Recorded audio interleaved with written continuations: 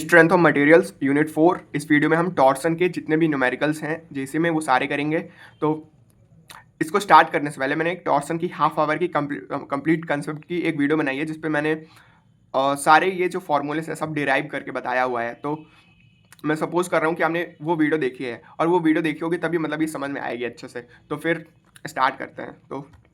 तो बस मैंने फिर भी वैसे तो मतलब सब बताया हुआ है लेकिन फिर भी मैंने यहाँ पे शॉर्ट नोट मतलब एक पेज में लिख दिए हैं जितने भी फॉर्मूलेस यूज़ हो रहे होंगे आज के क्वेश्चंस में। तो चलो इसको मैं शॉर्ट में फिर से बता देता हूँ। तो टॉर्सन, ये है अपना टॉर्सन की इक्वेशन हो गई ये वाली। तो ये इक्वेशन सही में ये याद करने की ज़रूरत नहीं है हमको, सिर्फ बेंडिंग इक्वेशन याद होनी चाहिए और ये डिराइव कर सकते हैं। तो मैं मतलब शॉर्ट में जल्दी से बता देता हूँ फिर से। तो हमको तो सिर्फ बेंडिंग इक्वेशन याद होनी चाहिए। Sigma upon Y is equal to M upon I is equal to E upon R. अब देखो इसको हम टॉर्सन की इक्वेशन में कन्वर्ट करेंगे तो सिग्मा की जगह यहाँ पे ताऊ आ जाएगा और वाई की जगह रेडियस, मोमेंट ऑफ इनर्शिया की जगह पोलर मोमेंट ऑफ ये बेंडिंग मोमेंट है। बेंडिंग मोमेंट की जगह टॉर्सनल मोमेंट या twisting moment, moment of inertia की जगह पोलर मोमेंट ऑफ इनर्शिया जिसको लिखते हैं हम कैपिटल जे से, और मॉडुलस ऑफ इलास्टिसिटी की जगह शियर मॉडुलस, और रेडियस ऑफ कर्वेचर का तो फॉर्मूला हमें पता है length upon theta, arc length upon theta होता है। तो इससे अब हमारे और भी फॉर्मूले से आ सकते हैं। इससे हम मतलब सारे दो फॉर्मूले से यहाँ पे बेसिकली आ जाएंगे। एक तो हम थीटा का फॉर्मूला ला सकते हैं, इन दोनों से इक्वेट करके दो डिफरेंट फॉर्मूले ला सकते हैं थीटा के, और एक हम शियर स्ट्रेस का फॉर्मूला ला सकते हैं। शियर स्ट्रेस का फॉर्मूला हो जाएगा टी, इसको ये ट्रांसपोज होने के बाद टी इंटू आर अपॉन जे। तो अब हमें मैक्सिमम शियर स्ट्रेस चाहिए तो इसका फॉर्मूला हो जाएगा टी इंटू उसके आर भी मैक्सिमम होना चाहिए अपॉन जे। तो बस इसलिए हमें से बेंडिंग इक्वेशन पता हो तो हमारे मतलब हम बेसिकली 1 2 3 फॉर्मूलेस निकाल सकते हैं, टॉर्सन का भी निकाल सकते हैं, मतलब बहुत सारे फॉर्मूले निकाल सकते हैं। इतने तो यूज़ होने वाले मैंने बताएं। तो बस वही मैंने टी आर मैक्स अपन जे लिख दिया। इसको जेड पी भी लिख सकते हैं लेकिन उसका यूज़ नहीं है। हमें सिर्फ मतलब बेंडिंग इक्वेशन पता है होनी चाहिए। और एक बार मतलब लेक्चर वो वाला देख लोगे तो ये समझ में आ जाएगा कि कैसे मतलब कन्वर्ट किया है मैंने इन सब चीज़ों को, वहाँ पे भी बताया है फिर से। तो अब सॉलिड शाफ्ट और हॉलो शाफ्ट के लिए दो इंपॉर्टेंट इक्वेशन डेराइव की थी। तो 16 इंटू टी अपॉन पाई सॉलिड शाफ्ट का डायमीटर या आउटर डायमीटर भी कह सकते हैं, सॉलिड शाफ्ट में सिर्फ एक ही डायमीटर होता है, और हॉलो शाफ्ट के लिए 16 इंटू टी पाई डी आउटर डायमीटर का cube minus 1 into 1 minus beta two power 4, जहाँ पे बीटा होता है inner diameter upon outer diameter का रेशियो। तो अब पावर ट्रांसमिटेड बाय शाफ्ट देखते हैं। ये तीनों फॉर्मूलेस है ना, ये मतलब साथ में यूज़ होते हैं जनरली, या तो ये दोनों यूज़ हो जाते हैं ये, या तो ये दोनों, या मतलब तीनों भी एक साथ यूज़ होते हैं क्वेश्चन में। तो पावर ट्रांसमिटेड बाय शाफ्ट, तो ये तो अपना जो मेन फार्मूला है जिससे सारे फार्मूले आते हैं, टॉर्सन इंटू एंगल रोटेटेड इन 1 सेकेंड। 2 पाई होता है एंगल रोटेटेड इन 1 रोटेशन, और ये है एफ होता है टोटल रोटेशन इन 1 सेकेंड। तो इससे इंटू करने से आ जाता है टोटल एंगल रोटेटेड इन 1 सेकेंड। अब ये वाला फॉर्मूला 2 पाई एन टी ये कब यूज़ होगा? ये तब यूज़ होगा जब हमें क्वेश्चन में पी जो है मतलब पावर वो किलोवाट में दी होती है, एन होता है अपना आरपीएम में दिया होता है, रोटेशन पर मिनट, ये आरपीएम में दिया होगा, और इसमें हम मतलब पुट करेंगे वैल्यू तो जल्दी टॉर्सन निकालना पड़ता है क्वेश्चन में। जैसे कि अब क्वेश्चन करने वाले हैं तो टॉर्सन हमेशा याद रखना क्योंकि सब कुछ हमने एसआई यूनिट में लिखा, तो टॉर्सन भी अपना आएगा एसआई यूनिट पे। अब सोचेंगे कि मैंने एसआई यूनिट में क्यों कैसे लिखा है, क्योंकि किलो वॉट में है, ये आरपीएम में है ना कि सेकंड में मिनट। देखो ये सब मतलब ऐसा दिया रहेगा क्वेश्चन में किलो वॉट में दिया है, क्वेश्चन में आरपीएम में दिया है, तो इसको हमने कन्वर्ट कर लिया ना। देखो इसको हमने सेकंड में बेसिकली कन्वर्ट कर लिया है अपने, मतलब क्वेश्चन में ऐसा दिया रहेगा आरपीएम में, इसको हमने 60 से डिवाइड करके पहले तो सेकंड में कन्वर्ट किया, और पावर को किलो वॉट को वॉट में कन्वर्ट करने के लिए 1000 से इंटू करेंगे, अभी ट्रांसपोज हो जाएगा इस साइड तो 1000 आ गया। मतलब ये हमारा एक शॉर्ट मतलब डायरेक्ट फार्मूला बन गया। तो पावर किलोवाट में क्वेश्चन में दिया रहेगा और एन आरपीएम में क्वेश्चन में दिया होगा, और इसे सॉल्व करने के बाद जो हमारा टॉर्सन आएगा वो होगा न्यूटन पर मीटर में। अब देखो लास्ट में अपना है स्ट्रेंथ क्या होता है। तो स्ट्रेंथ इट इज़ द, ये मतलब बहुत ध्यान से देखने की जरूरत है इसको। स्ट्रेंथ इस क्वेश्चन में आते हैं, बेसिकली हमने पूछा स्ट्रेंथ के बारे में पूछा रहता है शाफ्ट के। तो देखो स्ट्रेंथ होता है maximum torque that shaft can carry before the maximum shear stress, maximum shear reaches the materials limiting value that is allowable shear stress. एक बार फिर से पढ़ते हैं इसको, मैक्सिमम टॉर्क चलो बता दो। स्ट्रेंथ का मतलब होता है एक शाफ्ट में वो मैक्सिमम टॉर्क, देखो शाफ्ट बेसिकली रोटेशन करता है, टॉर्क के कारण रोटेशन करता है, तो मैक्सिमम टॉर्क की कैपेसिटी जो एक शाफ्ट में आ सकती है। चलो फिर इस एक अलग तरीके से बताता हूँ इसको। देखो, एक कोई भी एक शाफ्ट है, उसकी दो तरह के शेयर स्ट्रेस होते हैं। एक होता है अपना मैक्सिमम शेयर स्ट्रेस, ये भी बहुत इंपॉर्टेंट कंसेप्ट है, मैक्सिमम शेयर स्ट्रेस। एक होता है अपना allowable shear stress, allowable shear stress. अब अपना जो मैक्सिमम शेयर स्ट्रेस होता है, देखो पहले अलाउेबल शेयर स्ट्रेस होता है, वो ये होती है मटेरियल की वैल्यू, जो सिर्फ मटेरियल पे डिपेंड करती है, शाफ्ट के मटेरियल पे डिपेंड करती है, और ये होगी फिक्स, ठीक है। तो इसके बाद अगर हमारा जो मैक्सिमम शेयर स्ट्रेस, अब मैक्सिमम शेयर स्ट्रेस होता है इंड्यूस्ड शेयर स्ट्रेस, जो डिपेंड करता है, देखो मैक्सिमम शेयर स्ट्रेस डिपेंड करेगा टॉर्क पे डिपेंड करता है, और जे क्या होता है, जे पोलर मोमेंट ऑफ इनर्शिया, जो क्रॉस सेक्शन पे डिपेंड करता है बेसिकली। तो अपना जो मैक्सिमम शेयर स्ट्रेस है वो टॉर्क और ज्योमेट्री पे डिपेंड करेगा, और allowable shear stress depend on the material की एक फिक्स वैल्यू होती है, इसकी सिर्फ एक ही वैल्यू होती है। मैक्सिमम शेयर स्ट्रेस टॉर्क बढ़ता जाएगा तो उसके हिसाब से चेंज होती जाएगी, और जैसे ही मैक्सिमम शेयर स्ट्रेस हमारी अलाउेबल शेयर स्ट्रेस को रीच करती है और उसको क्रॉस करती है तो हमारा मटेरियल जो है फेल हो जाता है, ठीक है। बस अब इतनी फेलियर के पहले भी जितना मैक्सिमम टॉर्क अप्लाई हो सकता है तो वही होता है अपना स्ट्रेंथ होता है। तो हमें एक तरह से समझ में आ गया कि हमारा जो स्ट्रेंथ है ना, स्ट्रेंथ मतलब मैक्सिमम टॉर्क की कैपेसिटी, वो एक तरह से डिपेंड करता है हमारा मैक्सिमम शेयर स्ट्रेस पे डिपेंड करता है। अब मैं एक चीज़ और बता देता हूँ। तो स्ट्रेंथ का मतलब हो गया कि मैक्सिमम टॉर्क, और ये भी डिपेंड करता है हमारा मैक्सिमम शेयर स्ट्रेस पे। अब एक मतलब बहुत कंसेप्चुअल पॉइंट है कि देखो हमारे पास एक शाफ्ट है, चल देखो एक दो शाफ्ट है हमारे पास, ए एंड बी। एक की अलाउेबल स्ट्रेंथ जो है, एग्जांपल के लिए मैं बता देता हूँ, इसकी अलाउेबल शेयर स्ट्रेस जो है ये 100 न्यूटन पर मिलीमीटर पर मीटर स्क्वायर है, कुछ भी है यूनिट, इसकी 50 है, चलो यूनिट कुछ भी होगी, यूनिट नहीं बता रहा। इसकी 100 है अलाउेबल शेयर स्ट्रेस और इसकी 50 है, तो किसकी स्ट्रेंथ ज़्यादा होगी? देखो स्ट्रेंथ का मतलब, अलाउेबल शेयर स्ट्रेस का मतलब है कि ये वाला मटेरियल है, जब इस पर टॉर्क लगेगा तो ये 100, जब शेयर स्ट्रेस 100 पहुंचेगी तब आके फील करेगा, और ये जो है वो 50 पर भी फील कर देगा। तो इसका मतलब बेसिकली ए की ज़्यादा है स्ट्रेंथ, है ना।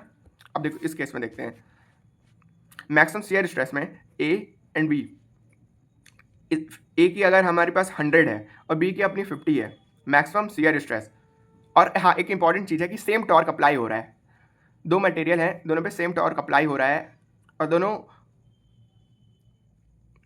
सेम टॉर्क बेसिकली अप्लाई हो रहा है, टॉर्क इज सेम इस कंडीशन पे। तो अब देखते हैं यहाँ पे,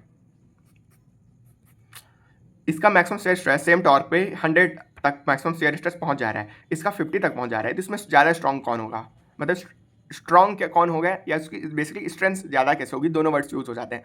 तो अब ये जो मटेरियल है ये सेम टॉर्क पे इसका जो स्ट्रेस लेवल है वो 100 तक मैक्सिमम पहुंच जाता है, और इसका जो है 50 तक पहुंच जाता है। अब इन दोनों का अगर सपोज करो कि सेम मटेरियल के हैं तो एक सेम अलाउेबल शेयर स्ट्रेस होगा, और जिसके बाद इन दोनों में फेलियर आ जाएगा, है ना। तो ये जो है सेम टॉर्क पे इसका जो शेयर स्ट्रेस लेवल है वो ज़्यादा है सेम टॉर्क पे, मतलब ज़्यादा मैक्सिमम शेयर स्ट्रेस, मतलब शेयर स्ट्रेस ज़्यादा डेवलप हो रहा है, और इसका जो है सेम टॉर्क पे कम स्ट्रेस डेवलप हो रहा है, तो ज़्यादा स्ट्रेंथ तो इसकी होनी चाहिए, सॉरी ये अपनी 50 वाले की होनी चाहिए, ज़्यादा शेयर स्ट्रेस, सॉरी ज़्यादा स्ट्रेंथ, क्योंकि सेम टॉर्क पे इस पर कम स्ट्रेस आ रहा है ना। मतलब ये पॉइंट बहुत ही इंपॉर्टेंट है समझने के लिए। तो मेरे ख्याल से आप समझ गए होंगे, इसको एक बार मतलब फिर से देख सकते हैं अगर नहीं समझ में आया होगा तो। फिर हम स्टार्ट करते हैं अपना, चलिए तो अपना फर्स्ट क्वेश्चन ही है, बेसिकली अपना स्ट्रेंथ से रिलेटेड है, फर्स्ट दो क्वेश्चन हमारे स्ट्रेंथ से रिलेटेड है, तो ये कंसेप्चुअल क्वेश्चन है एक तरह से। तो ये तो थोड़ा मतलब न्यूमेरिकल भी आ जाता है, तो वैसे न्यूमेरिकल दोनों में, लेकिन हमें conceptual basically main part conceptual है। तो what percentage of strength of a solid circular shaft 100 mm diameter is lost by boring 50 mm axial hole in it, compare the strength and weight ratio of the two shafts. तो इसमें question अब पूछ क्या रहा है हमें, what percentage of strength of a solid circular steel shaft 100 mm diameter is lost by boring 50 mm hole in it, compare the strength and weight ratio of the two shafts. चलो question समझते हैं। ये question में पूछा है कि पहले तो हमें देखते हैं दिया क्या हुआ है, हमको दिया है एक सॉलिड सर्कुलर स्टील शाफ्ट दिया हुआ है, तो मैंने यहाँ पे बना दिया एक सॉलिड सर्कुलर स्टील शाफ्ट बना दिया, इसका डायमीटर हमें 100 mm दिया हुआ है, 100 mm डायमीटर दिया है यहाँ पे। अब कह रहा है कि इस पे मतलब सेंटर पे इस loss by boring in hole किया गया 50 mm का। अब 50 mm बेसिकली डायमीटर ही होगा, जब तक लिखा नहीं है तो हम सपोज करें डायमीटर है, तो 50 mm का होल किया गया इसको, ठीक है। तो बाद में यहाँ पे बना देता हूँ। तो होल करने के बाद ये जो सॉलिड सर्कुलर शाफ्ट है वो बन जाएगा अपना एक हॉलो सर्कुलर शाफ्ट। सेम चीज, सेम ही शाफ्ट है, सेम मटेरियल है, आउटर डायमीटर भी सेम है, बस अंदर आ गया अपना एक 50 mm का इंटरनल होल, बाकी सब कुछ सेम रहेगा यहाँ पे। अब हमको क्या करना है कि compare the strength and weight ratio of the two shafts के लिए स्ट्रेंथ और वेट रेशियो फाइंड करना है यहाँ पे। तो मैं बेसिकली जल्दी से ये बता देता हूँ कि कैसे करेंगे इसको यहाँ पे, मतलब कैसे कर सकते हैं, और फिर हम मतलब जल्दी से क्वेश्चन कर लेंगे। तो देखो समझते हैं इसे। पहले देखते हैं स्ट्रेंथ कैसे होगा। देखो इस पे जो टॉर्क होता है, बेसिकली क्या है, टॉर्क एक एक्सटर्नल ट्विस्टिंग मूवमेंट होता है जो एक शाफ्ट पे लगता है ना। तो टॉर्क एक्सटर्नल मूवमेंट होता है, तो अपने हिसाब से हम लगा सकते हैं, है ना। टॉर्क तो दोनों हम सपोज करेंगे कि दोनों में सेम ही टॉर्क लग रहे हैं, क्योंकि यहाँ पे दिया नहीं हुआ है कि डिफरेंट लग रहे हैं, तो सेम टॉर्क लग रहे हैं दोनों पे। अब देखते हैं इस पे। अब स्ट्रेंथ किस पे डिपेंड करेगी, जैसे कि मैंने यहाँ पे बताया, क्योंकि maximum torque that can carry before the maximum shear stress reaches. Suppose करते हैं यहाँ पे टॉर्क सेम लग रहा है, तो हम देखेंगे शियर स्ट्रेस को कंपेयर करेंगे दोनों में, ठीक है।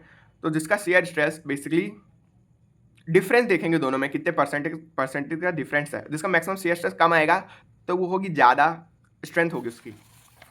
तो शियर स्ट्रेस का तो हमें फॉर्मूला पता है हमें, सॉलिड शाफ्ट के लिए पता है शियर स्ट्रेस का फॉर्मूला, और हॉलो शाफ्ट के लिए पता है, तो दोनों को यूज़ करेंगे यहाँ पे, ठीक है। अब और दोनों का रेशियो ले लेंगे, तो 16t और पाई, 16t पाई कैंसिल हो जाएगा, बेसिकली हमें ये डायमीटर वाला जो पार्ट है इसका ही रेशियो करना है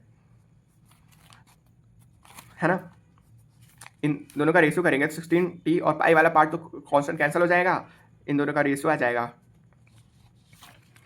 तो इससे हमारा जो स्ट्रेंथ वाला रेशियो, स्ट्रेंथ का रेशियो आ जाएगा। अब देखते हैं वेट का रेशियो क्या होता है। अब वेट क्या होता है, वेट होता है अपना मास अपॉन वॉल्यूम।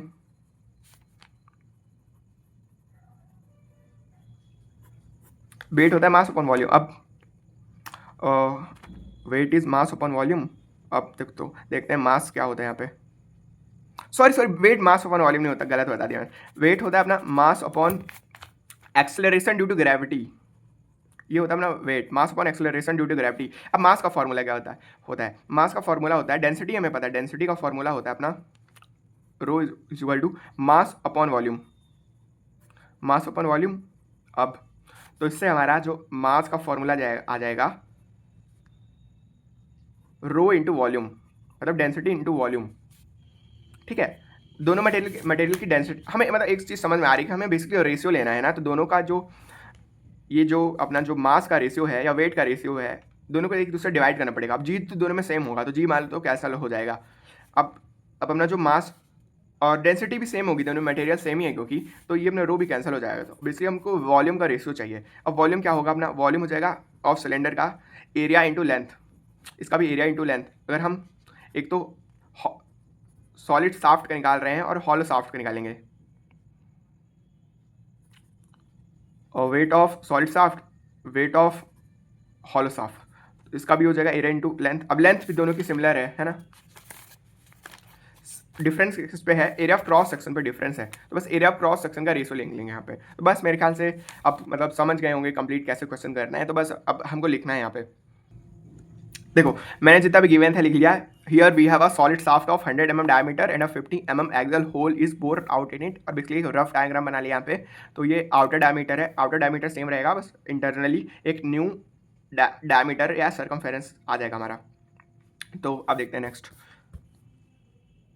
मैंने ये भी लिख दिया कि हमको here we are required to compare the strength and weight ratio of the two shafts. तो हम जनरली जो करना है क्या है वो लिख दिया। तो अब देखते हैं पहला एक सॉलिड के केस में देखते हैं। फॉर द सॉलिड शाफ्ट यहाँ पे लिख देता हूँ, फॉर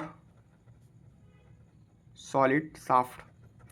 तो पहले हम कंपेयर स्ट्रेंथ, पहले इसका स्ट्रेंथ का मतलब है कि मैक्सिमम शेयर स्ट्रेस। सपोज कर लेते हैं कि लेट टॉर्क भी सेम, यहाँ पे लेट टॉर्क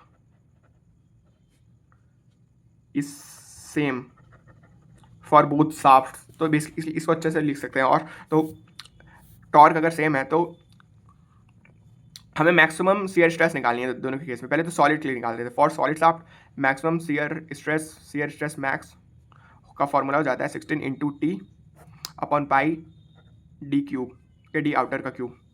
अब इसी तरह से नीचे यहाँ पे लिख देता हूँ फॉर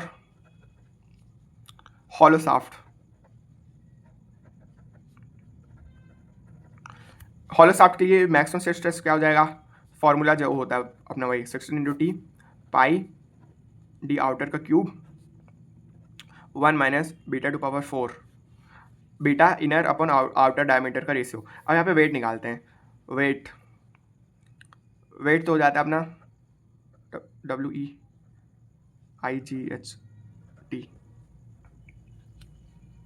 देखो वेट होता है अपना mass into acceleration due to gravity. अब हमको बेसिकली पता है रेशियो ही करना है, तो इतना कॉम्प्लिकेट नहीं करेंगे। Mass into acceleration due to gravity. अब जल्दी से इसको एक काम करते हैं। तो जो जगह मास होता है अपना, हमने अभी डिराइव किया यहाँ पे, मास होता है डेंसिटी अपॉन वॉल्यूम। तो डेंसिटी सेम है इंटू वॉल्यूम इंटू जी। अब डेंसिटी वॉल्यूम हो जाएगा अपना area of cross section into length into g. तो यहाँ पे लेंथ सेम है, जी तो सेम रहेगा और डेंसिटी भी सेम है, सिर्फ area of cross section different है। तो हम सिर्फ एरिया ऑफ क्रॉस सेक्शन का यहाँ पे रेशियो निकाल लेते हैं।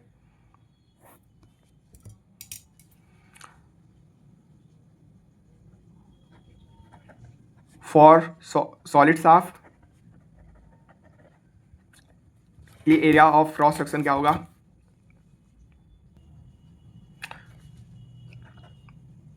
पाई अपॉन 4 डी आउटर का स्क्वायर, क्योंकि हमने जो एरिया एक सर्कल में एरिया का फॉर्मूला होता है पाई आर स्क्वायर। आई की जगह पे आर की जगह डायमीटर पुट करेंगे तो क्या होगा यार, डायमीटर का स्क्वायर अपॉन 2 का स्क्वायर हो जाएगा। 2 बाहर आ जाएगा तो मतलब 4 और अंदर डायमीटर का स्क्वायर है ना। तो इसी तरह से फॉर हॉलो शाफ्ट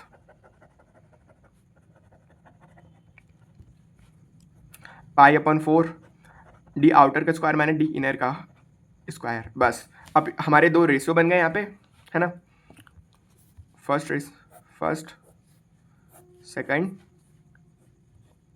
और ये दोनों रेशियो बन गए। बस इन दोनों को हम डिवाइड कर देते हैं रेशियो फॉर्म में करके, तो हमारा आंसर आ जाएगा। तो मैं लिख देता हूँ पहले फॉर रेशियो ऑफ स्ट्रेंथ हम शियर स्ट्रेस जो अपना ये मैक्सिमम शियर स्ट्रेस का था क्या, हाँ मैक्सिमम शियर स्ट्रेस। तो मैक्सिमम शियर स्ट्रेस फर्स्ट अपना सॉलिड के केस में और मैक्सिमम शियर स्ट्रेस अपना हॉलो के केस में, दोनों का रेशियो लिख लेते हैं। तो सॉलिड के केस में बना था अपना 16 into T upon pi into d cube, d outer का क्यूब। इसी तरह 16 into T pi into d outer का cube into 1 minus D inner diameter upon outer diameter to power 4। बस अब इसको जितना भी होगा बाकी रफ में कर लेंगे। यहाँ पे 16 इंटू टी कैंसिल हो जाएगा, पाई से पाई कैंसिल हो जाएगा, हाँ, और ये आउटर डायमीटर से आउटर डायमीटर भी कैंसिल हो जाएगा। अब तो हमारी लास्ट वाली टर्म्स बस बती, हमें यहाँ पे इनर और आउटर डायमीटर दोनों पता है, तो हम डायरेक्ट वैल्यू पुट कर देते हैं। तो इनर डायमीटर है हमारा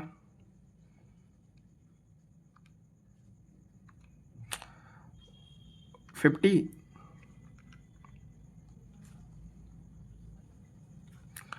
आउटर डायमीटर है हमारा 100। अब इस पूरे का पावर 4 तो आ जाएगा हमारा जी।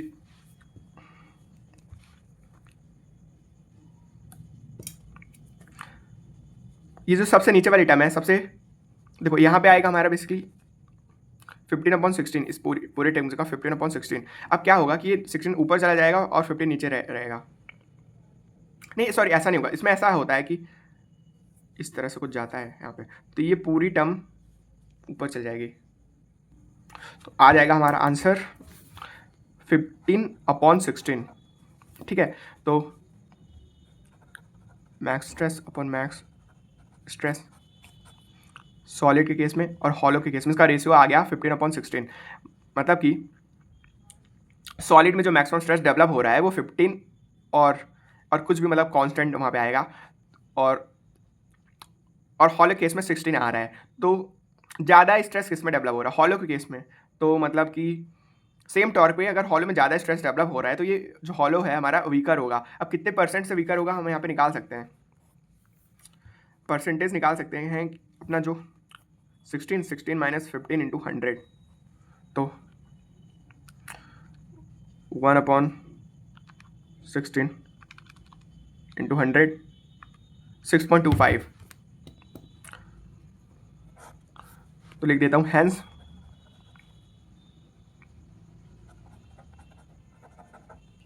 क्वेश्चन क्या था यहाँ पे, what percent strength of a solid circular shaft is lost. तो क्वेश्चन के हिसाब से लिखता हूँ hence 6.2% of strength of solid shaft is lost by boring 50 mm axial hole in it। अब जल्दी से क्वेश्चन का नेक्स्ट पार्ट करते हैं। फॉर वेट रेशियो के लिए डायरेक्ट हम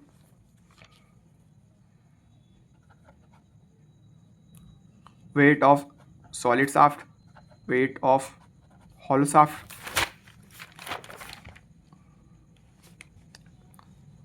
हाँ यहाँ पे है ना, तो पाई/4 भी कैंसिल हो जाएगा। इन दोनों को बेसिकली डिवाइड करना है।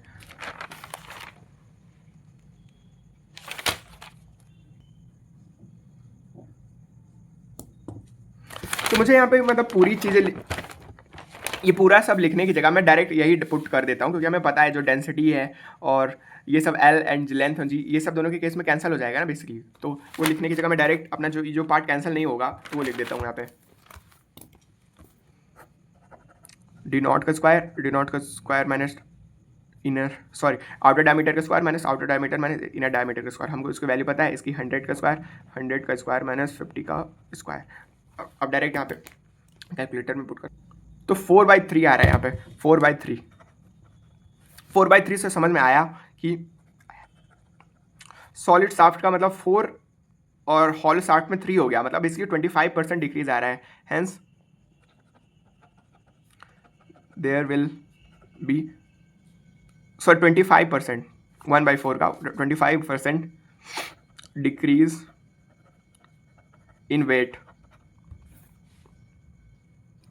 अब अपने नेक्स्ट क्वेश्चन है, ये भी जस्ट इसके प्रीवियस क्वेश्चन जैसा है। So that a hollow shaft is stronger than a solid shaft of same cross sectional area. बस हमारे पास एक हॉलो शाफ्ट है, एक सॉलिड शाफ्ट है, और दोनों का क्रॉस सेक्शनल एरिया सेम है। तो ठीक है, बस स्टार्ट करते हैं फिर। इसमें हम अपने हिसाब से मतलब बहुत कुछ चीज़ें एज्यूम कर सकते हैं। तो देखो, एक सॉलिड शाफ्ट होगा और एक हमारे पास हॉलो शाफ्ट है। उन दोनों में मतलब सिमिलैरिटी है, ये है कि उन दोनों का क्रॉस सेक्शनल एरिया सेम है। बस इतना ही दिया हुआ हमें, so that a hollow shaft is more stronger than a solid shaft of same cross sectional area. तो हम बाकी चीज़ें जैसे कि अपनी लेंथ है और मटेरियल है तो सेम ही एज्यूम कर लेते हैं। देखो, एक हॉलो शाफ्ट होगा तो क्रॉस सेक्शनल एरिया इन दोनों का सेम है, मतलब ये शेडेड रीजन सेम होगा, है ना। मतलब ये बहुत सी एक कॉमन सेंस वाली बात है कि इस पे अगर हम एक होल कर दें अंदर, है ना, तो फिर इस पे बाद पे इस होल करने के बाद एक नया हॉलो बनेगा, तो दोनों का आउटर डायमीटर तो सेम नहीं हो सकता, है ना बेसिकली, क्योंकि इन दोनों का क्रॉस सेक्शनल एरिया सेम है, और जब होल करेंगे तो इसका क्रॉस सेक्शनल एरिया होगा वो कम हो जाएगा होल करने के कारण। तो इससे समझ में आया कि हमारा outer diameter basically hollow shaft का ज़्यादा होना चाहिए, उस मतलब कंपनसेट करने के लिए जो अपना लॉस हुआ है यहाँ पे मटेरियल का। तो इसका आउटर डायमीटर डिफरेंट होगा, इनर डायमीटर डिफरेंट होगा, और इसका जो डायमीटर है डिफरेंट होगा। तो बस यही मैंने यहाँ पे सपोज कर लिया, लेंथ दोनों की सेम मान लेते हैं। बस स्टार्ट लिख लेता हूँ सब, जितने भी मतलब ये लेट मतलब अज्यूम कर लिया है, दो अपना एक सॉलिड शाफ्ट और एक हॉलो शाफ्ट में एल हो जाएगी, दोनों शाफ्ट की जो लेंथ है सेम, और D S diameter of solid shaft, और D I and D O diameter of the inner hollow shaft and outer diameter of the hollow shaft. तो अब हमको दिया हुआ है कि it is given that area of cross section of solid shaft is equal to area of cross section of hollow shaft. बस दोनों में अब क्योंकि कोई न्यूमेरिकल वैल्यू तो नहीं है हमारे पास, सिर्फ यही वेरिएबल के फॉर्म में, तो दोनों में फॉर्मूला लगा देते हैं। Area of cross section of solid shaft हो जाएगा अपना पाई अपॉन 4 सॉलिड शाफ्ट का स्क्वायर, और हॉलो शाफ्ट ये पाई अपॉन 4 आउटर शाफ्ट का स्क्वायर, आउटर डायमीटर का स्क्वायर माइनस इनर डायमीटर का स्क्वायर। अब यहाँ पे पाई से पाई कैंसिल हो गया, 4 से 4 कैंसिल हो गया। Outer diameter of solid shaft के लिए हमारा ये इक्वेशन आ गई एक, इसको बोल देते हैं इक्वेशन 1। अब क्या करते हैं यहाँ पे, नेक्स्ट क्या बोला है हमको क्वेश्चन में, so that a hollow shaft is more stronger than a solid shaft of same cross sectional area. तो हमको बेसिकली देखना है कि स्ट्रॉन्ग दोनों में से हॉलो शाफ्ट स्ट्रॉन्गर है, ये प्रूव करना है। तो ठीक है, हम सपोज कर लेते हैं जैसे पहले क्वेश्चन में किया कि टॉर्क क्योंकि एक एक्सटर्नल मोमेंट होता है, तो हम सब अपने तरफ से एक सेम दे सकते हैं दोनों टॉर्क के लिए। तो let torque be same for both, क्योंकि क्वेश्चन में भी डिफरेंट तो नहीं बोला है, तो सपोज कर सकते torque be same for both. तो अब दोनों का हम क्रॉस सेक्शनल दोनों का मैक्स, जैसे लास्ट क्वेश्चन में किया था, मैक्सिमम शियर स्ट्रेस देखेंगे फॉर हॉलो के लिए। पहले तो सॉलिड के लिए देख लेते हैं, और यहाँ पे फॉर हॉलो शाफ्ट के लिए। तो सॉलिड शाफ्ट के लिए वही फॉर्मूला लगेगा हमारा, मैक्स का फॉर्मूला हो जाता है अपना 16 into T upon pi into diameter of solid shaft का क्यूब, और हॉलो के केस में 16 इंटू टी। बस ये सिंपल सा फॉर्मूला है, दोनों का मतलब चलो बताता हूँ, पाई इंटू डी आउटर का क्यूब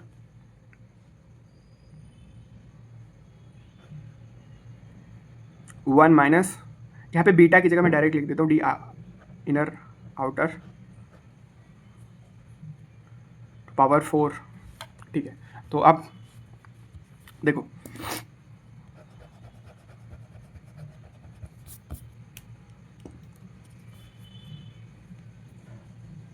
अब इसको थोड़ा सिंप्लीफाई करके लिखूंगा, उसके पहले लिख देता हूँ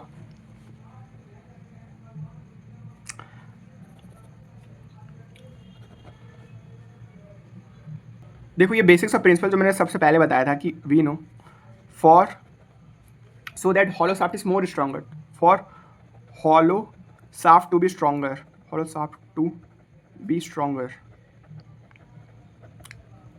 शियर स्ट्रेस अब किसका ज़्यादा होना चाहिए स्ट्रॉन्ग होने के लिए, मतलब किसका ज़्यादा है किसका कम होना चाहिए, ये सबसे पहले भी मैं बता चुका हूँ कि जब यहाँ पे हम मैक्सिमम शियर स्ट्रेस निकालेंगे तो सेम टॉर्क के लिए, तो जिसका शियर स्ट्रेस कम होगा तो बेसिकली ज़्यादा स्ट्रॉन्गर होगा। ठीक है, मैक्सिमम शेयर की यहाँ पे बात हो रही है।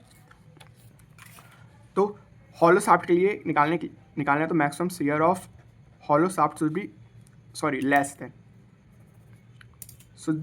Less than maximum shear stress of torsional shear stress of solid shaft. ठीक है,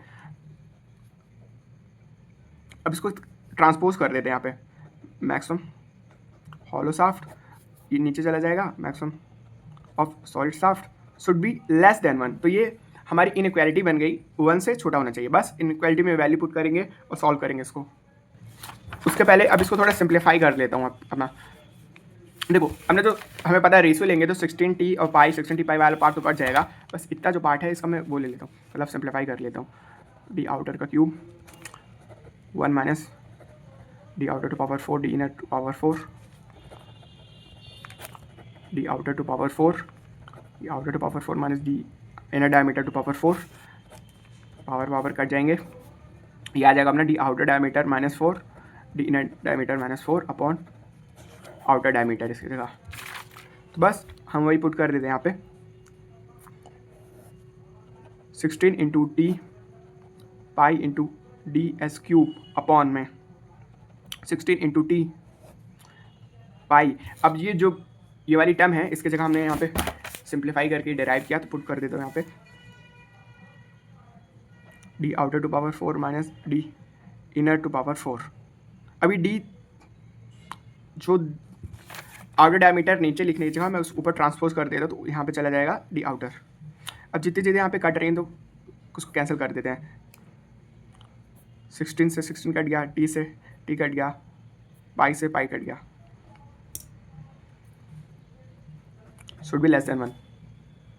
एक काम कर देता हूँ, इसको आगे यहाँ पे रफ में सॉल्व करते हैं आगे, मतलब सिंप्लीफाई बस तो करना है अपने को। तो 1/ds³ d0/d0 माइनस di/4 इस तरह से ये दोनों इंटू होंगे तो d0/4 minus di/4 upon d0 ds³। अब इसको सिंप्लीफाई कर लेते हैं। यहाँ पे ये सब जो है 1 से स्मॉल है तो उसको इसको ऐसा लिख सकते हैं ना, देखो मैं ये इसको लिख सकते हैं अपना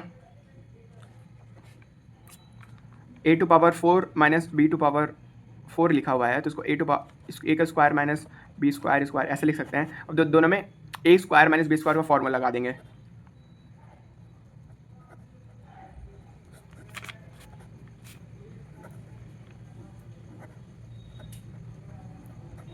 ठीक है, अब एक तो ये हो गया, d0 को d0 रहने देता हूँ, ds⁴ ds³। अब d0 square minus d1 square यहाँ पे हमने डिराइव किया है, उससे नॉट बार बार बोल रहा हूँ, आउटर डायमीटर और इनर डायमीटर का ये ds स्क्वायर के इक्वल होता है। तो बस यहाँ पे पुट कर देंगे d0 स्क्वायर प्लस di का स्क्वायर ds का स्क्वायर d0 ds³, इससे कैंसिल हो जाएगा। अब हमारा फाइनली आ गया d0 का स्क्वायर di का स्क्वायर d0 इंटू ds आ गया हमारा। बस यही इक्वेशन जो है पुट कर देते हैं एक इनइक्वालिटी में, तो हमारी इक्वेशन आ गई यहाँ पे डी आउटर का स्क्वायर प्लस डी इनर का square upon D outer into D S should be less than 1। अब एक काम करते हैं, हम डी एस हमें पता है, मतलब डी एस इन सबका मतलब रूट आ जाएगा, डी एस यहाँ पे दिख रहा है ना, तो d0 का स्क्वायर मैन d0 इंटू इस सब का root should be less than 1। अब इसको ट्रांसपोज कर देते हैं तो d0 स्क्वायर प्लस डी का square should be less than d0 root में। एक्चुअली मैंने यहाँ पे एक थोड़ी सी मिस्टेक कर दी कि ऊपर हमने हॉलो का लिया था, नीचे सॉलिड का लिया था ना, लेकिन यहाँ पे मैंने ऊपर फार्मूला पुट करता हूँ ना, ऊपर सॉलिड वाला फार्मूला पुट कर दिया और नीचे हॉलो वाला फार्मूला पुट कर दिया, तो मतलब फिर कोई बात नहीं, इसके हिसाब से मतलब चेंज कर लेंगे। तो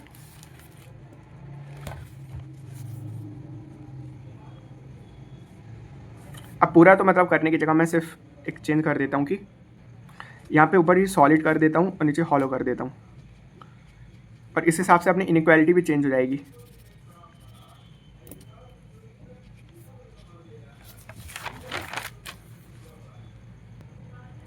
बस मतलब ऊपर हॉलो या सॉलिड, मतलब कुछ भी लिखो, ऊपर हॉलो लिखो या सॉलिड लिखो, बस अपने को इनइक्वालिटी ध्यान रखना है, क्योंकि अगर न्यूमेरिकल और डिनोमिनेटर मतलब अपोजिट हो गए तो अपनी ये जो इनइक्वालिटी है ये भी अपोजिट हो जाएगी। तो बस आगे क्या करना अपने को, एक काम करते हैं, रूट हटाने के लिए दोनों साइड स्क्वायर ले लेते हैं।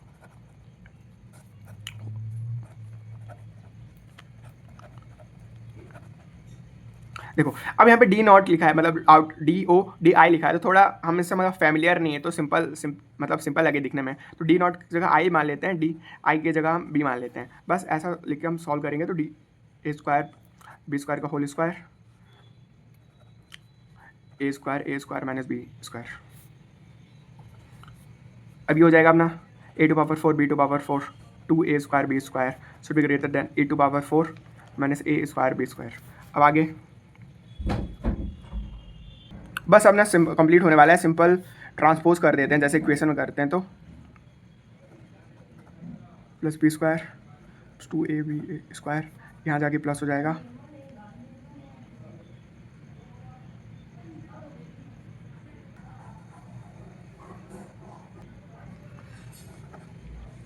ए स्क्वायर बी स्क्वायर, और यहाँ पे बचेगा अपना कुछ नहीं तो यहाँ पे 0 बचेगा ना।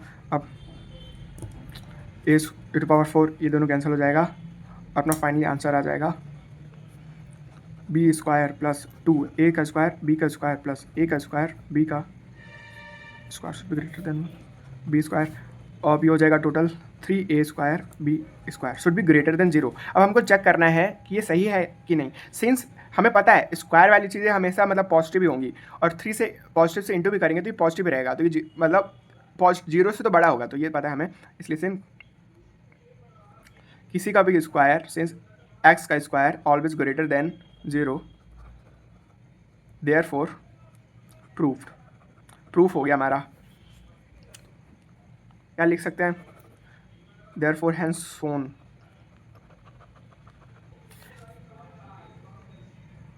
तो लास्ट में मैंने लिख दिया 10 hollow shaft is more stronger than solid shaft of same cross section. अब हमारे सिर्फ प्योर न्यूमेरिकल वाले क्वेश्चन बचे हैं,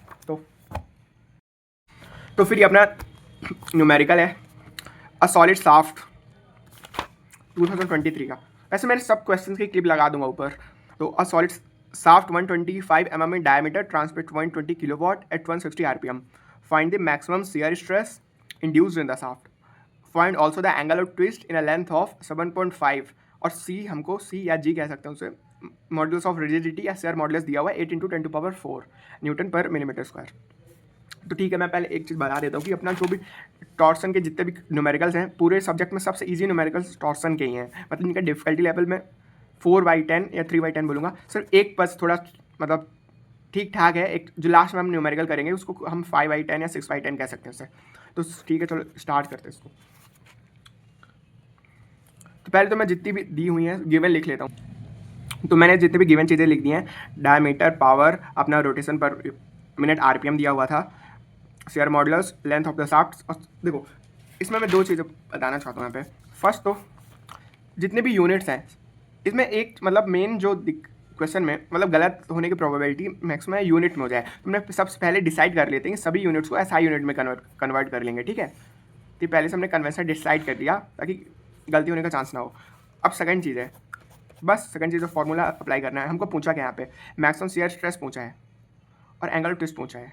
देखो मैक्सिमम शियर स्ट्रेस, देखो क्वेश्चन के सेकंड स्टेप में हम मैक्सिमम शियर स्ट्रेस का फॉर्मूला होता है फॉर अ सॉलिड शाफ्ट अपना 16 × T/π × डायमीटर का क्यूब। ठीक है, हमें डायमीटर पता है, टॉर्सन नहीं पता, लेकिन टॉर्सन निकाल सकते हैं पावर के फॉर्मूले से। मैंने जैसे कि बोलता ये 2 फार्मूले यूज़ होते हैं एक साथ।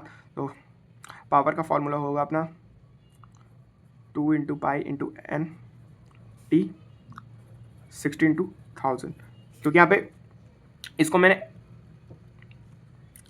1000 से मतलब किलो वाट में है तो नीचे 1000 लिखा हुआ है, और F की जगह F होता है अपना n/60।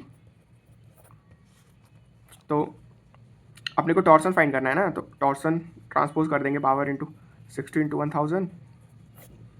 चलो ये तो मैं करके दिखा दूंगा। तो इसमें हमें पता क्या है, हमें पावर पता है, इसमें n पता है, तो फिर हम ये T निकाल सकते हैं, टॉर्सन निकाल सकते हैं। टॉर्सन निकाल के इस फॉर्मूले में पुट कर देंगे तो हमारा मैक्सिमम शियर स्ट्रेस आ जाएगा। तो अपना हाफ मतलब ये मैक्सिमम शियर स्ट्रेस पता चल जाएगा। अब थीटा, देखो थीटा कैसे फाइंड करेंगे।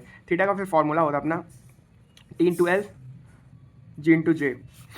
ये फार्मूला टॉर्सन की इक्वेशन से फाइंड कर सकते हैं। तो मैंने याद नहीं किया, मतलब मुझे याद हो गया, वो टॉर्सन की इक्वेशन लिखते लिखते ये हो जाएगा, याद हो जाता है। तो हमें T टॉर्सन पता है, लेंथ पता है, शेयर मॉडुलस पता है, J फाइंड कर सकते हैं।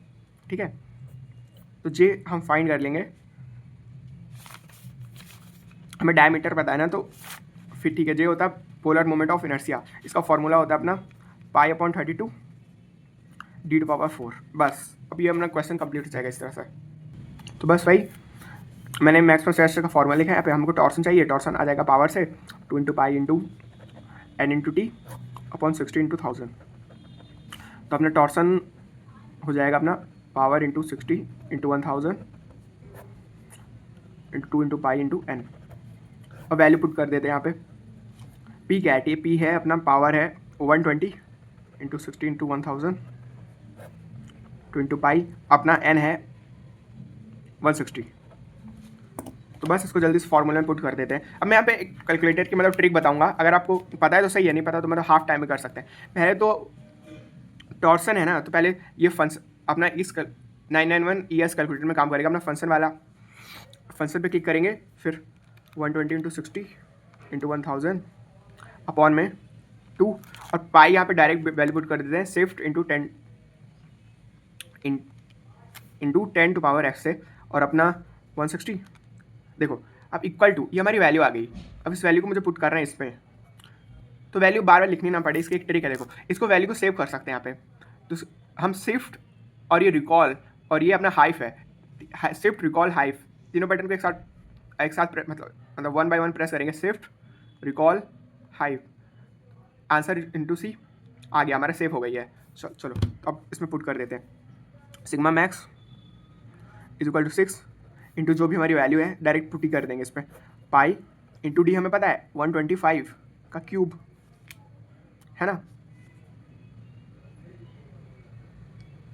मैक्सिमम शेयर स्ट्रेस आ जाएगा इससे। तो अब यहाँ पे 16, अब मुझे टी यहाँ पे पुट करना है, तो शिफ्ट रिकॉल और हाइप, शिफ्ट रिकॉल हाइप से सेव होता है, और अब सेव वैल्यू को यूज़ करने के लिए अल्फा रिकॉल हाइप हमें प्रेस करना पड़ेगा।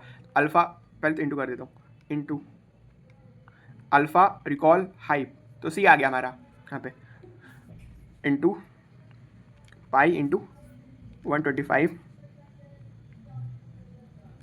का क्यूब इक्वल टू कर दिया, तो हमारा आ रहा है 0.0186। यार मैं पे एक चीज़ तो बताना भूल गया, क्योंकि देखो ये सही है, देखो टॉर्सन है ना, ये टॉर्सन हम करेंगे तो आ जाएगा हमारा आंसर, जैसे मैंने पहले बताया था, आंसर आएगा हमारा न्यूटन मीटर में, तो इसको फिर इंटू करके मिलीमीटर में कन्वर्ट कर लेते हैं 1000। तो जो भी आंसर आया है इसको 1000 से इंटू करना ज़रूरी है, मतलब टॉर्सन यहाँ पे जो आएगा इसको इंटू कर देंगे तो आंसर आ जाएगा हमारा 18.67 मिली।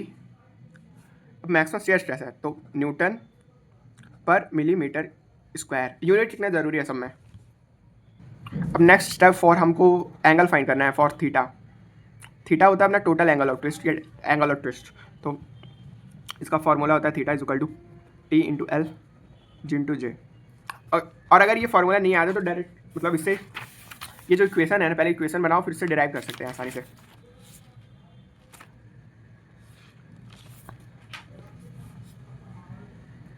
टी क्या है यहाँ पे, टी टॉर्सन ने फाइंड कर लिया, 18 इंटू 6 7 इंटू टोटल लेंथ है अपनी 7500 मिलीमीटर।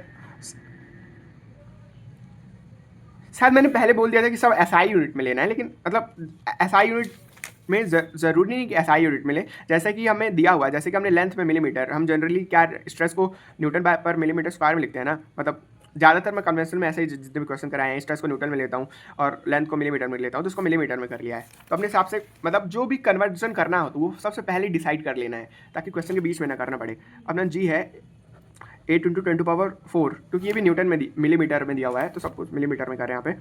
अपना जे फाइंड कर लेते हैं साइड में। अब जे होता है अपना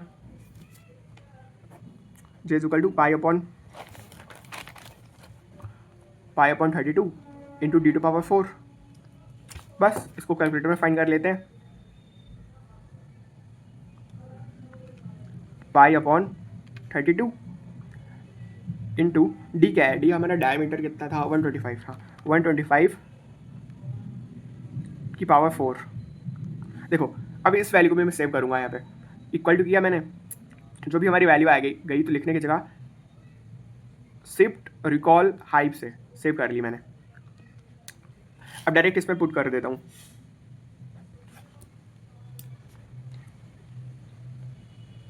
वन 8.67 इंटू 75, 18.67 इंटू 7500 अपॉन में 8 into 10⁴ into alpha recall hype से हमारी वैल्यू आ गई। तो मेरे से यहाँ पे एक छोटी सी मिस्टेक हो गई थी, यहाँ पे टी की जगह मैंने मैक्सिमम शेयर स्ट्रेस की वैल्यू पुट कर दी है, तो ये नहीं आएगी, यहाँ पे टी की वैल्यू आएगी, जो कि टी की वैल्यू, तो अब टी की वैल्यू हमने लिखी नहीं है, मतलब कि कैलकुलेटर में मतलब सेव करके पुट करी थी, तो इन सबको मतलब फिर से करना पड़ेगा, तो मैंने वैसे कर लिया है।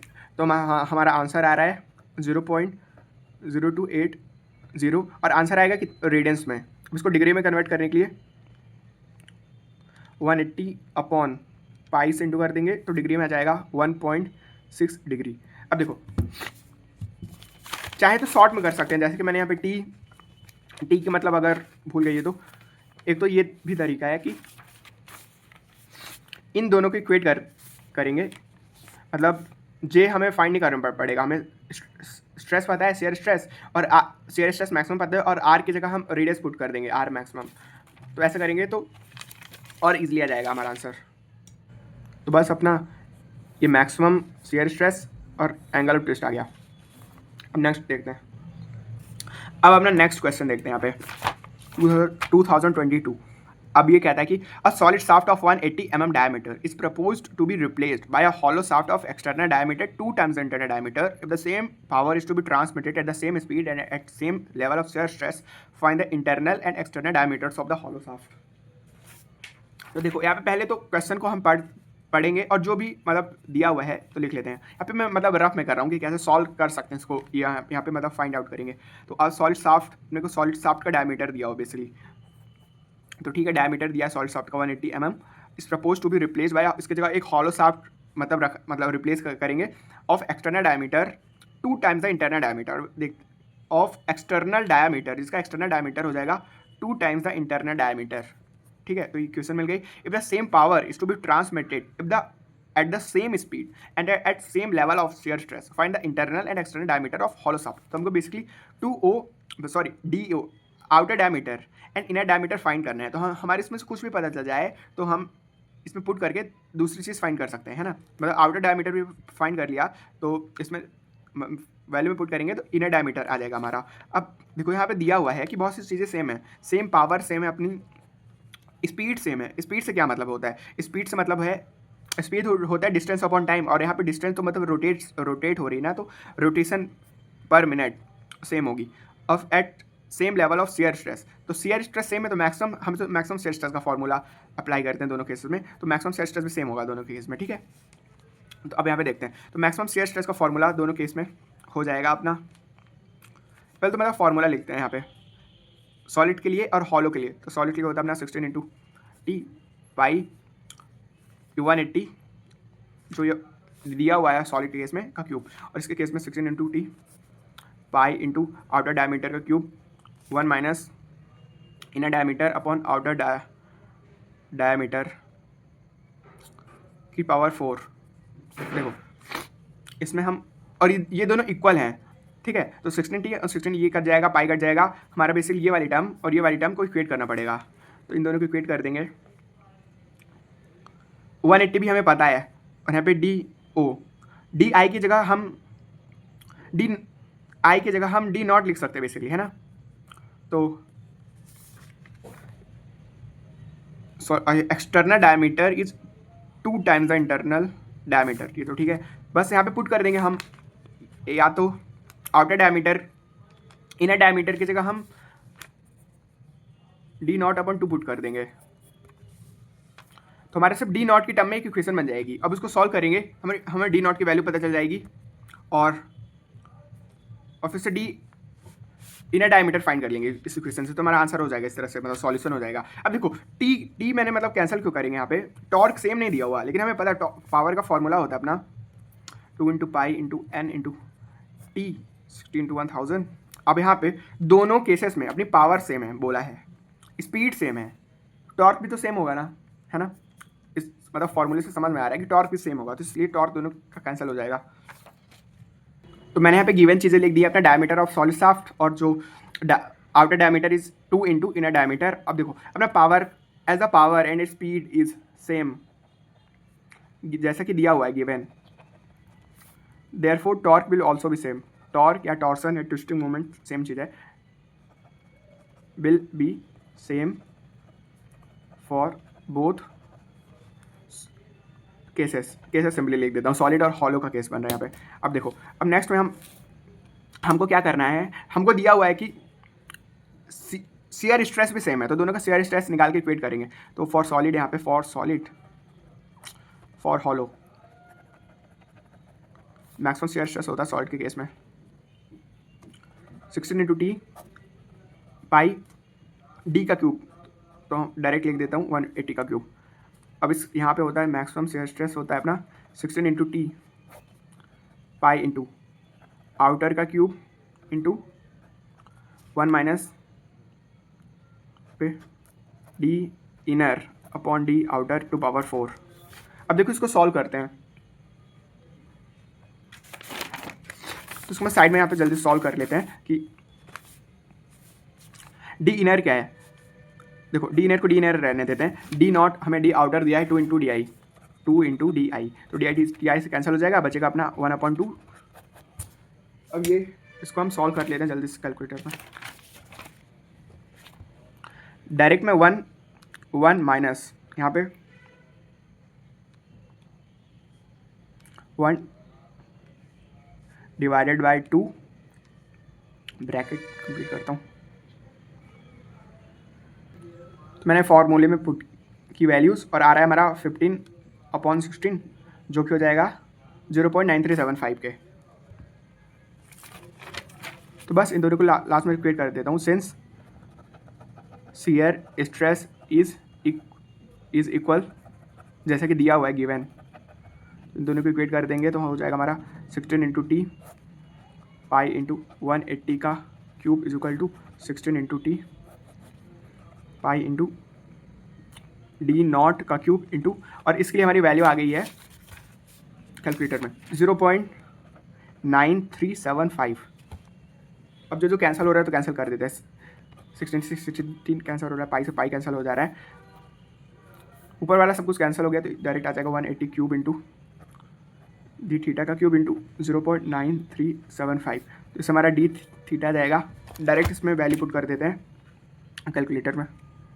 देखो डायरेक्ट कैसे कर सकते हैं, यहाँ पे सिर्फ क्यूब रूट लेना है हमें, अपॉन में 180 का क्यूब, 180 का क्यूब अपॉन 9375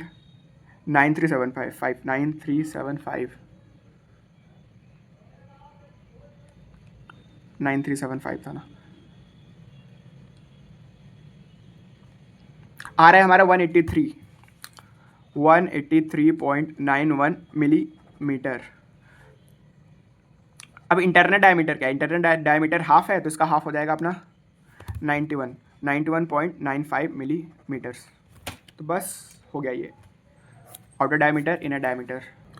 अब अपना ये नेक्स्ट क्वेश्चन है 2022 का A part. A solid circular shaft transmit 75 kilowatt at 200 rpm। Calculate the shaft diameter if the twist in the shaft is not to exceed 1 degree in 2 meters of shaft and steering stress is limited to 50 newton per millimeter square, और C हमें दिया हुआ है। तो देखते हैं इसको कैसे कर सकते हैं अपने को। देखो दिया क्या हुआ है यहाँ पे सॉलिड सर्कुलर शाफ्ट, अपने को पावर दी है कैपिटल एन मतलब आरपीएम दिया हुआ है। कैलकुलेट द शाफ्ट डायमीटर, हमें डायमीटर फाइंड करना है। कौन सा शाफ्ट है, सॉलिड सर्कुलर शाफ्ट है, तो डायरेक्ट उसका फॉर्मूला लगा देते हैं यहाँ पे। हमें मतलब डायमीटर एक फॉर्मूले में उसमें आता है, वो अपना शियर स्ट्रेस का फॉर्मूले मतलब मैक्सिमम शियर स्ट्रेस के यहाँ पे लिमिटेड से शियर स्ट्रेस इज लिमिटेड या अलाउेबल, या यही हो जाएगा अपना मैक्सिमम शियर स्ट्रेस यहाँ पे। तो मैक्सिमम शियर स्ट्रेस का फॉर्मूला हमें पता है सॉलिड शाफ्ट केस में 16 into T upon pi into d cube. यहाँ पे डायमीटर आ जाएगा, हमें शियर स्ट्रेस पता है, हमें टॉर्सन नहीं पता, लेकिन हमें पावर के फॉर्मूले से टॉर्सन फाइंड कर सकते हैं। अब हमें मतलब करते करते आइडिया हो गया है कि कैसे कर पाएंगे। तो पावर के फॉर्मूले में अपना 2 into pi into N into T 60 into 1000। अब हमें पावर पता है, यहाँ पे एन पता है, तो यहाँ से टी फाइंड कर सकते हैं और टी को इसमें पुट करेंगे तो हमारा मैक्सिमम शियर स्ट्रेस आ जाएगा। ठीक है, तो ये तो एक चीज़ हो गई यहाँ पे, मतलब ये तो बहुत आसानी से आ गया। देखो ये जितने भी क्वेश्चन है ना, सिर्फ मैं इसमें लास्ट वाला क्वेश्चन थोड़ा सा बस हल्का सा बस ट्रिकी है, उसके अलावा जितने भी क्वेश्चन है तो सिर्फ आंसर बस फाइंड करना है, तो उससे 2 मिनट के अंदर फाइंड कर सकते हैं टॉर्सन वाले क्वेश्चंस। मतलब पूरे अपने सब्जेक्ट का सबसे इजी न्यूमेरिकल्स इसी में टॉर्सन में, तो लिखने में बस थोड़ा टाइम लग सकता है, एग्जाम में लिखेंगे तो फिर ये अपना तो मैक्सिमम अपना डायमीटर आ जाएगा ऐसे करेंगे तो सॉल्व। लेकिन यहाँ पे फिर ये कंडीशन क्यों दी हुई है कि calculate the shaft diameter if the twist in the shaft is not to exceed 1 degree in 2 meters of shaft. तो ये अपनी सेकंड कंडीशन है। देखो तो इस सेकंड कंडीशन के हिसाब से भी हम मतलब फाइंड करेंगे जहाँ पे हम हमारा थीटा का यूज़ होता है। तो हमारा सेकंड वाला फॉर्मूला पता है हमें यार, ये वाला फॉर्मूला लिखते हैं, टॉर्सन जे सिग्मा आर। अब दिक्कत तो ये है कि यहाँ पे थीटा जी इन दोनों को मैं इक्वेट कर सकता हूँ या इन दोनों को इक्वेट कर सकता हूँ। तो सेकंड कंडीशन में किसको इक्वेट करके हमारा फॉर्मूला बनाना है, ये प्रॉब्लम है एक। क्योंकि मतलब प्रॉब्लम नहीं है, मतलब कर तो दोनों को सकते हैं, लेकिन एक कंसेप्ट है यहाँ पे कि फर्स्ट कंडीशन में हमने यहाँ पे मैक्सिमम शेयर स्ट्रेस का यूज़ कर लिया, मैक्सिमम शेयर स्ट्रेस वाली कंडीशन का यूज़ करके ये फाइंड किया है। तो जो हम सेकंड वाली कंडीशन करेंगे ना थीटा वाली, तो ये फिर से मतलब इससे इक्वेट नहीं कर सकते, क्योंकि हमने फर्स्ट में भी कर लिया है। तो हम सेकंड में अपना इस फ्रैक्शन से इक्वेट करेंगे, ठीक है। अगर इससे कर दोगे तो हमारा मतलब आंसर गलत आ जाएगा, और मैंने भी फर्स्ट बार ऐसे किया था तो मतलब वो आ गया था, दूसरा आ जाता है आंसर। तो हमें टी अपॉन जे से करना है, क्योंकि डिफरेंट कंडीशन है। फर्स्ट कंडीशन हमने शेयर स्ट्रेस का यूज़ कर लिया, अब यहाँ पे हमें शेयर स्ट्रेस के अलावा जो है उसका यूज़ करना है यहाँ पे। तो जल्दी से फॉर्मूला यहाँ पे बना लेते हैं, जी थीटा अपॉन एल। तो थीटा हो जाएगा अपना T into L G into J. चलो ये वाला फॉर्मूला है। मैंने सारी गिवन चीज़ें लिख दी हैं।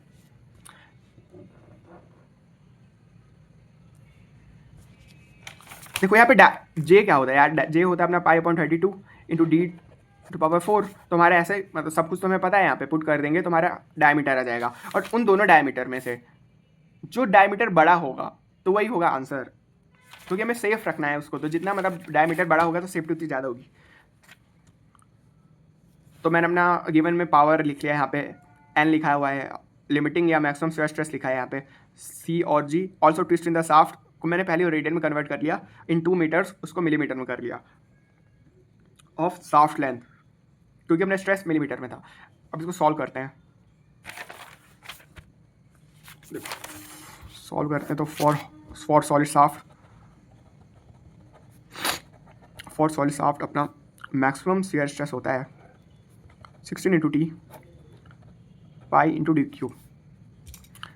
हमें मैक्सिमम शेयर स्ट्रेस दिया हुआ है 50 इंटू 16 इंटू टी, ये पाई है ना, पाई इंटू डी क्यूब। अब डी क्यूब क्या हो जाएगा, डायरेक्ट यहाँ पे फॉर्मूला बना देते हैं। डी क्यूब हो जाएगा 16 इंटू टी, इन दोनों को ट्रांसपोज कर देते हैं एक दूसरे से, तो पाई इंटू 50। अब हमें डायमीटर के लिए सिर्फ टी फाइंड करना है, तो इस पावर वाले फॉर्मूले से फाइंड कर लेते हैं। अब तो मतलब होगा आइडिया कि कैसे करते हैं, सब मतलब सेम ही मेथड लग रही है। तो 2 into pi into N into T upon 60 into 1000 power का फॉर्मूला, और टॉर्सन सबको ट्रांसपोज कर देता हूँ, तो पी इंटू 60 इंटू 1000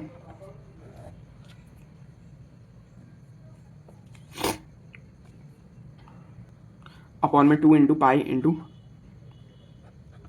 एन। अब याद रखना कि जो भी सॉल्व करेंगे तो न्यूटन और न्यूटन इंटू मिलीमीटर में आएगा answer, sorry newton into metre में आंसर आएगा।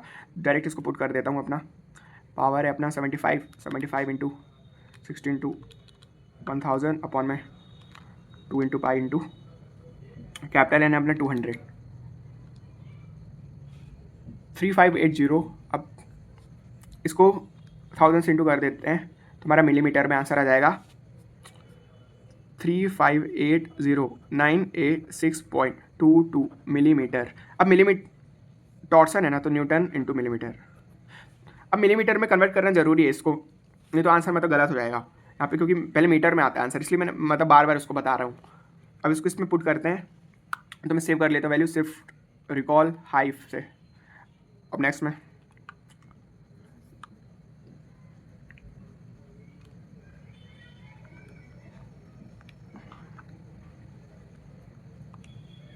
Sixteen into alpha recall hype upon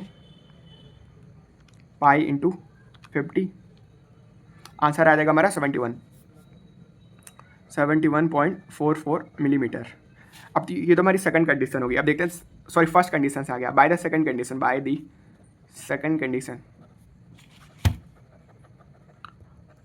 से हमारा जो थीटा होगा वो हो जाएगा T into L G into J side में फाइंड कर लेते हैं। जे अपना पाई अपॉन 32, डायमीटर कितना है अपना, डायमीटर तो फाइंड करना है, और रेडियन की वैल्यू पुट कर देते हैं यहाँ पे 0.01 इंटू टॉर्सन जो कि आया है यहाँ पे, टॉर्सन इंटू लेंथ कितनी अपनी, लेंथ है 2000 मिलीमीटर, 2000, जी है हमारा 10⁵। अब जे की जगह हम एक काम करते हैं, 32 ऊपर चला जाएगा ट्रांसपोज होके, into pi into diameter to power 4, ठीक है। अब एक काम करता हूँ, डायरेक्ट फार्मूला बना ही लेता हूँ यहाँ पे, फिर डायरेक्ट वैल्यू पुट कर दूंगा, T into 2000 into 32 10⁵ into pi into 0.01745, बस आ गया हमारा। तो बस मैंने सब कुछ पुट कर दिया यहाँ पे, तो हमारा आंसर आ रहा है 80.40 मिलीमीटर। अब इन दोनों में से जो मैक्सिमम होगा डायमीटर तो वो लेंगे, तो आंसर हो गया हमारा 80 मिलीमीटर।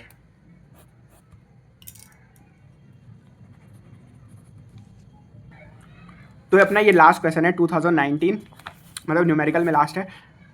देखो ये क्वेश्चन क्या है, इसी क्वेश्चन को मैं कह रहा था कि मतलब थोड़ा सा ट्रिकी, मतलब जिसको मैंने 5 रेट किया था, तो मतलब ऐसा कोई डिफिकल्ट नहीं है, बस एक बार पढ़ते हैं इसको।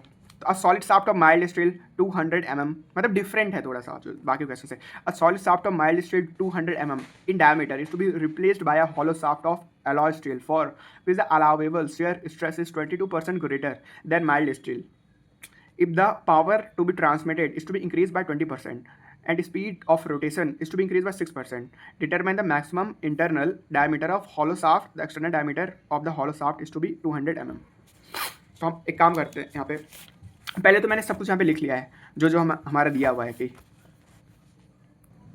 पहले तो मैंने सॉलिड शाफ्ट के लिए लिख लिया। सॉलिड शाफ्ट के लिए अपना डायमीटर 200 mm दिया हुआ है, मैक्सिमम शेयर स्ट्रेस को मैंने क्यों मान लिया है, लेट कर लिया है, और पावर ट्रांसमिटेड को पी जो कि हम मतलब लिखते हैं यहाँ पे क्योंकि दिया नहीं हुआ है, वैल्यू नहीं दी है तो उसका वेरिएबल मत ले लिया यहाँ पे। Speed of rotation capital N. अब देखते हैं हॉलो शाफ्ट के लिए।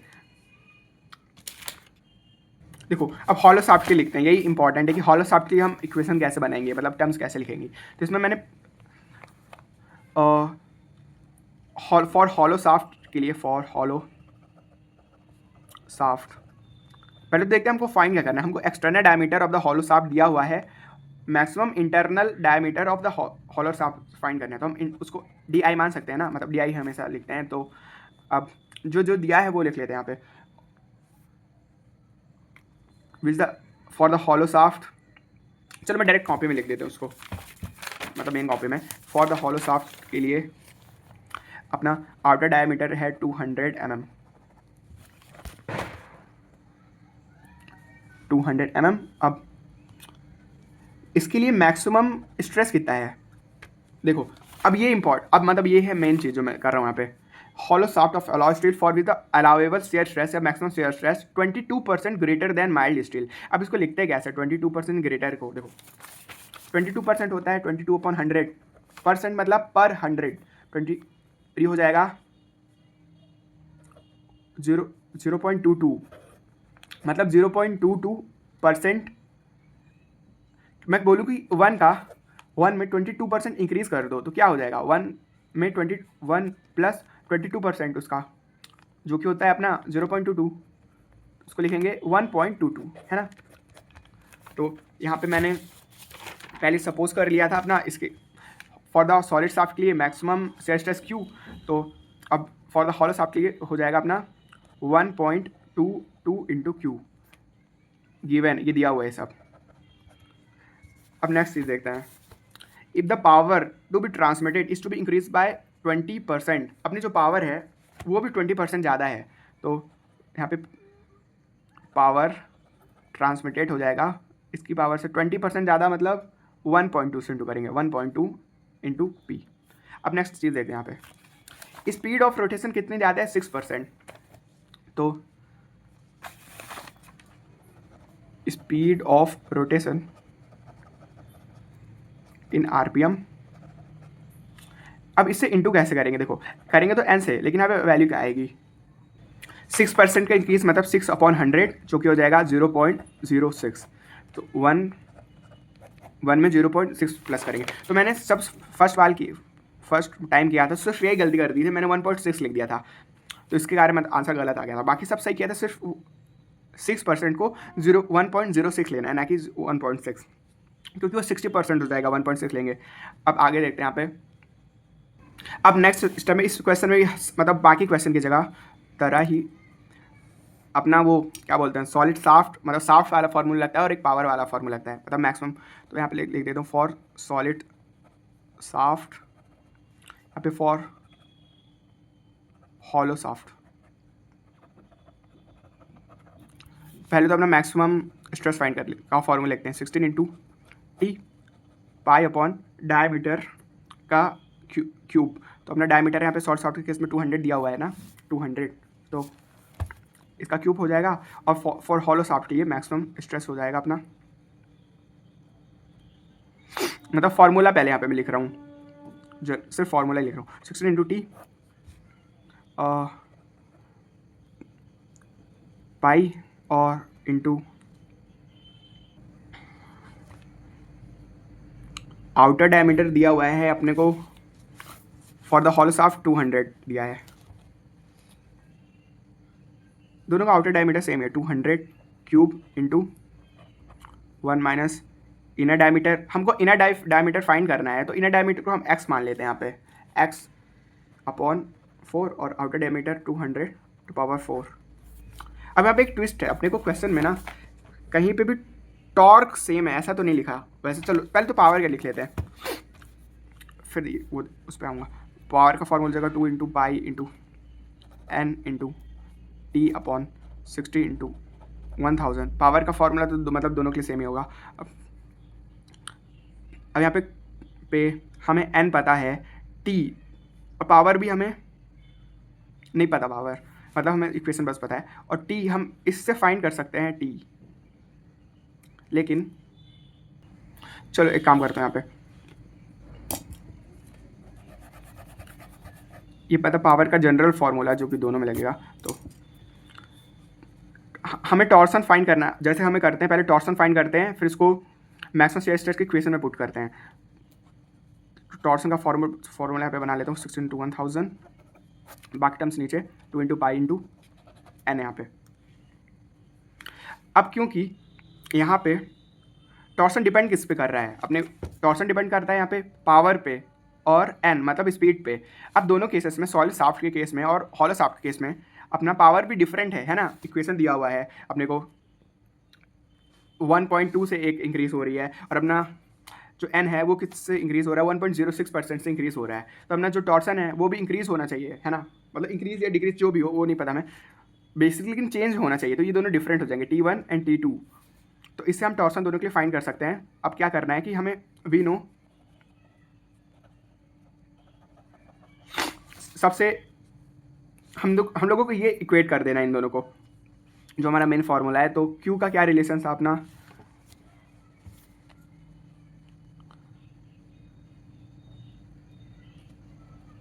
चलो मैं यहाँ पे लिखता हूँ maximum stress in hollow shaft is shear stress जो अपनी है इक्वेशन से 1.22 मतलब 22% इंक्रीज हो रही है। तो क्यू की जगह मैं यहाँ पे मैक्सिमम स्ट्रेस ले लेता हूँ 1.22 into maximum shear stress for the solid shaft, ऐसे मैंने सॉलिड साफ्ट ले लिया। तो अब हम इसके फॉर्मूले में फॉर हॉलो साफ्ट ये पूरी इक्वेशन पुट करेंगे और यहाँ पे ये वाली इक्वेशन पुट करेंगे और दोनों को सॉल्व करेंगे। सॉल्व करने के पहले मैं इनको हम सिंप्लीफाई कर लेते हैं, क्योंकि 16 और ये जो है 200 cube into 200 to power 4, 200 to power 4 minus x to power 4। x है इंटरनल डायमीटर जो कि हमको फाइंड करना है। तो आ जाएगा 200 to power 4 minus x to power 4 upon 200। बस अब दोनों में वैल्यूज पुट कर देते हैं। तो अपना ये वाला है केस है ना, तो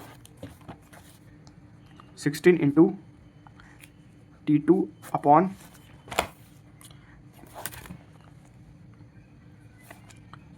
पाई इंटू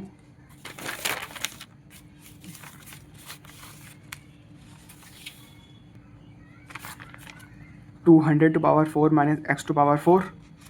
200 को ट्रांसपोज करके ऊपर भेज देते हैं यहाँ पे। इक्वल टू 1.22 इंटू, अब सॉलिड के केस में क्या इक्वेशन थी अपनी, 16 into T1, 16 into T1 upon में पाई इंटू 200 क्यूब, पाई इंटू 200 क्यूब। अब एक काम करते हैं, यहाँ पे T1 और T2 की वैल्यू हमें पता है, मतलब इस फॉर्मूले से फाइंड कर सकते हैं, तो वो लिख देते हैं दोनों केसेस पे। तो 16 इंटू T2 की वैल्यू क्या होगी यहाँ पे, पहले तो T1 की वैल्यू लिख देता हूँ क्योंकि वो सिंपल है थोड़ा सा, इंटू 16, T1 की वैल्यू होगी अपना power into 60,000, power into 60 into 1000 upon में pi into 200 cube into upon में 2 into pi into N, 2 into pi into N. अब देखो यहाँ पे हो जाएगा T2 हो जाएगा यहाँ पे P और N में चेंज है। अब रिलेशन देखते हैं, पावर 1.2 से इंक्रीज हो गई है अपनी हॉलो शाफ्ट की, और जो N है स्पीड है वो 1.06 इंक्रीज हो गई है, तो बस वही यहाँ पे पुट कर देते हैं 1.2 into P, 1.2 into P into 1.2 into P, 60 into 1000, 60 into 1000, बाकी सब अपॉन में, पहले तो pi into 200 to power 4 minus x to power 4 into, अब अपॉन में सीधे चीज़ थी 2 into pi into capital N, 2 into pi into, अब n क्या था, n का क्या रिलेशन था, n है इस केस में 1.06 इंटू n, तो 1.06 इंटू कैपिटल N। चलो अब कैंसिल करते हैं जो कैंसिल हो रहा है, तो अपना फर्स्ट ऊपर से करते हैं, 16 से 16 कैंसिल हो गया, p से p कैंसिल हो गया, 60,000 से 60,000 कैंसिल हो गया, अब यहाँ पे पाई से पाई कैंसिल हो गया, n से n कैंसिल हो गया, इस पाई से ये वाला पाई कैंसिल हो गया, यहाँ पे 2 से ही 2 कैंसिल हो गया, मतलब मैक्सिमम चीज़ें कैंसिल हो गई। ये हो जाएगा 1.2 अपॉन में 200 to power 4 minus x to power 4 is equal to 1.22 upon 200 का क्यूब। एक काम करते हैं कि डायरेक्ट x के टर्म्स में लिख लेते हैं इसे, तो 1.2 इंटू 2 क्यूब अपॉन में 1.22, 200 to power 4 minus x to power 4, x to power 4 हो जाएगा 200 to power 4 minus 1.2 into 200 to power 3 upon 1.22, x हो जाएगा, यहाँ पे मैंने 1.06 वाली टर्म्स नहीं लिखी, तो 1.06 और इसको लिख लेते हैं 1.06 था, अभी एक ट्रांसपोज होके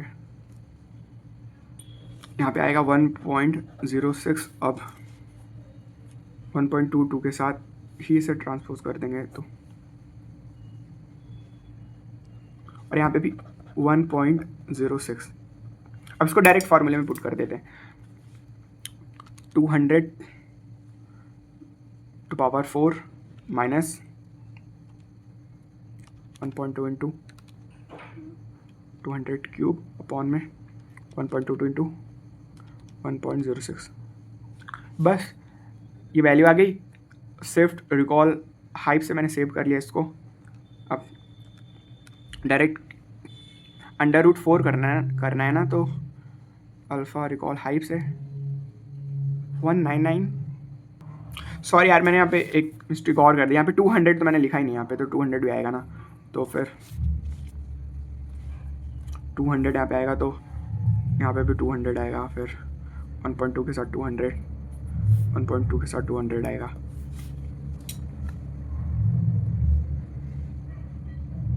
अब फाइनली सब कुछ मतलब सही वैल्यू पुट करने के बाद आ रहा है हमारा आंसर 103.625 मिलीमीटर्स। ये हो गया हमारा इंटरनल डायमीटर।